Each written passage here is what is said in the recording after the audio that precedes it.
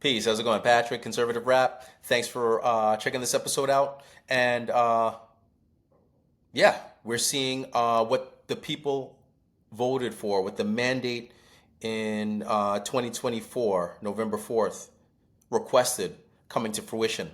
Let's get into some specific posts, some specific happenings, and go from there. Here's more from, I'm going to share screen about political. Breaking.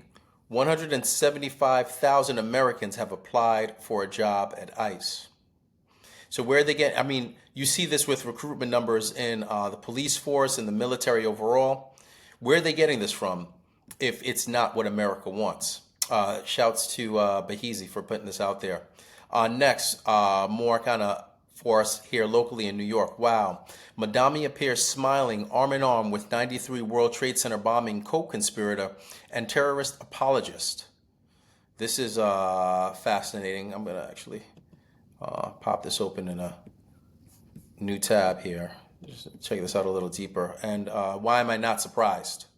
It's really unfortunate where we see New York headed potentially with some of these poll numbers coming out. But who knows? Until the fat lady sings, it's anybody's guess, right? Moving forward. Here's more on Zoran. Mamdani lies, claiming he doesn't want to defund the police. He's publicly called to defund them over 15 times.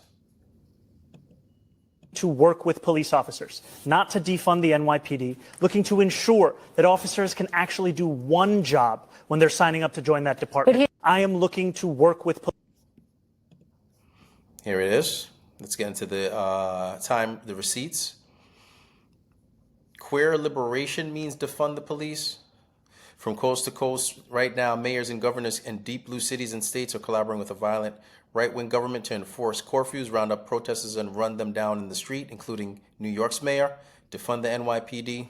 We'll wait to see if we have our lead holes, but to be leading amidst a global pandemic makes it clear another world really is possible. Together we can tax the rich, here's his agenda, heal the sick, house the poor, defund the police, and build a socialist New York. I'm glad whoever this was actually underlined the case in point.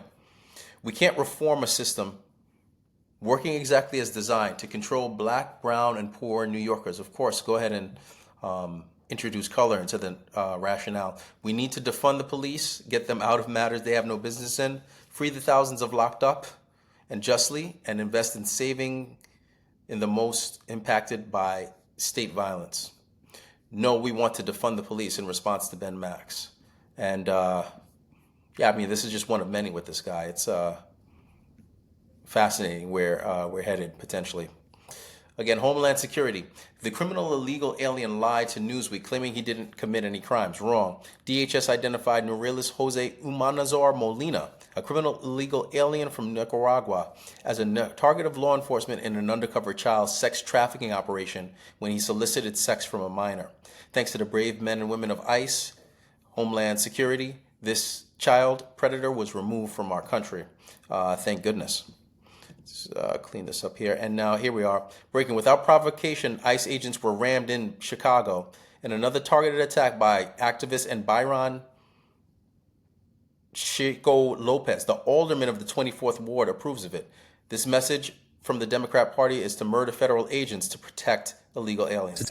Cicero police now confirms a driver of a blue pickup truck was allegedly attempting to hit a DHS vehicle at that intersection. Police say the driver of the blue truck tried speeding off from the area when it hit a Toyota sedan that was crossing through the intersection. Federal agents could be seen helping the woman who was driving that sedan, and they took the driver of the blue pickup truck into custody. 25th Ward Alderman Byron Sigjo Lopez was nearby as ICE operations unfolded in Little Village today. 26 and Christiana, they crashed, living in the middle of the street, chased somebody out of the vehicle. They keep doing that. They detain someone right here in outside of businesses. I think there are at least two people. Fascinating how far these people will go. It's really a new world and a new time that we're living in. Here's more from the Democrats. In the wake of violent domestic terror attacks, bounties, and more than 1,000% increase in assaults against our ICE officers, radical sanctuary politicians are now building a master ICE tracker to solicit and share information on the movements of our ICE enforcers. Let's call it what it is, a pipeline that'll funnel information on American law enforcement directly into the hands of anarchists, domestic terrorists, and cartel members. Amen. I'm working with Pam Bondi to ensure that any individual who doxes, threatens, or assaults law enforcement officers will be prosecuted to the fullest extent of the law. I shared this with the mayor. Over the course of the next couple of weeks, the Oversight Committee will be launching on their website a master ICE tracker where we're going to be essentially tracking every single instance that we can verify that the community will be able to send us information on. I shared this with the mayor. Over the course of the next couple of weeks, the Oversight Committee will be... Shows they don't respect the will of the people. More from this. What's the correct term to describe the conduct of the Democrat Party? I don't know about you, but I say sedition and insurrection. Feel free to like, comment, subscribe, share. Check me out. I'm on X as well as Instagram, Truth, and Rumble. The main site is ConservativeRap.com. Thanks for taking a listen, and stay tuned for more very shortly. Thanks and take care.